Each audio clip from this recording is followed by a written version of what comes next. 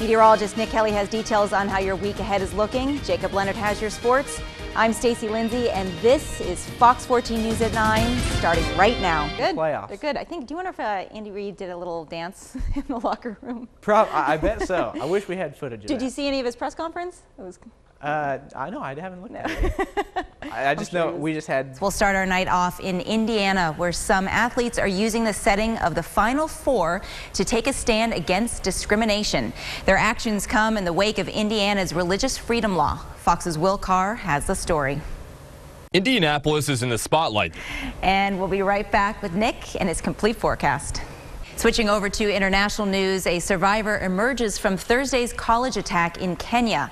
Meanwhile, the nation's president promises to strike back against the Islamic militants responsible. Fox's John Huddy has the details. As Kenya's president vowed to the 4 states, the Joplin Blasters are gearing up for its first home game, which means hiring new workers. The Blasters held their first career fair in advance of the 2015 inaugural season this morning at Joplin's Chamber of Commerce. They're looking to hire about 50 temporary workers, from ushers to ticket takers to box office personnel. It's kind of a demanding schedule during the summer, so we have 50 games at home plus some exhibition and playoff games, so we're looking for people who are able to handle that schedule. They're able to be reliable and be able to be counted on for our season. Officials are looking to narrow down the candidates in the next 2 weeks. They are still accepting applications. A former Miami high school teacher is wanted on a bench warrant for Tuesday and Thursday. Warmer tomorrow. I'll take that. Yes, definitely warmer than where we were today. Thank you, Nick. All right. And finally tonight, hundreds of children search for thousands of eggs in Joplin. The Hope City Church invited the community to join its congregation. And you know I'm super excited about what's coming up next. I think you might be too. Some organic produce for you.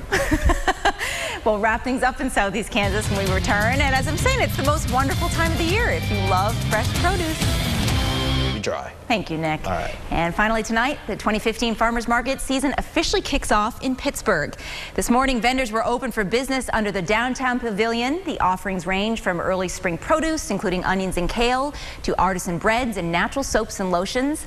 All items sold here are grown, raised, or handmade within 75 miles of Pittsburgh. Vendors say they are happy to be up and running for the season, and they look forward to the routine of harvesting. We know every Friday we got to go out to the fields and pick something, and I think that's a good thing for all the farmers that set up here and for the vendors here, is to get back in that routine and know that they've got something to look forward to on Thursdays and Fridays. I'm excited about it. It's time for us to wrap things up now. We appreciate you spending part of your Saturday with us. Here's some Kings of Leon to end your night. Thanks again. We'll see you tomorrow. It's time for us to wrap things up now. We appreciate you spending part of your Sunday with us. This has been your News at 9, only on Fox 14. Nick, we're taking requests now. Somebody in San Francisco. This was an interesting one. Nice gentleman named Christian Edge. He wants to hear the Pennsylvania polka.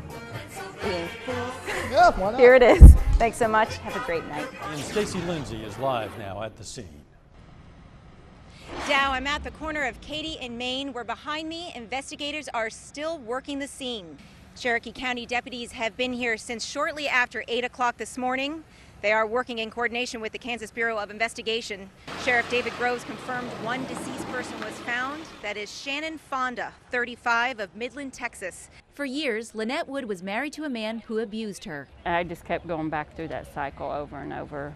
And I regret now that my children had to see that and be put through it. Her husband passed in 2006, leaving her with painful memories. These were strengthened years later when her friend Candy died from domestic violence. Even though she had issues at home, she would drop her issues and help a friend out. Wood is now channeling Candy's spirit. She's helping victims of abuse find hope and empowerment through her social work studies. On Wednesday, she and fellow classmates set up booths on campus to spread awareness. I would like to see more people talk about it because it's still one of them kind of hush-hush. Lynette is here advocating for her cause, but she says this event is also a great way to practice for her future career. Her fellow social work students say the same thing.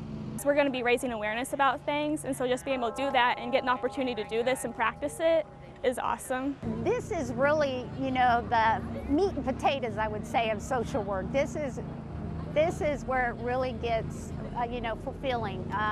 This is where I feel like I'm really needed, you know, is out here advocating for people. Wood and her classmates advocate for different issues, but they all help to drive each other's efforts forward. More like kind of like a family. Like, we support each other as much as possible. They do things to support each other, to help each other out. And so I love that.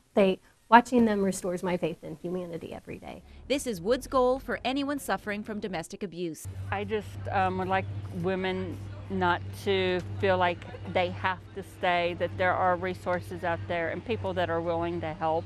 In Pittsburgh, Stacey Lindsay, Fox 14 News.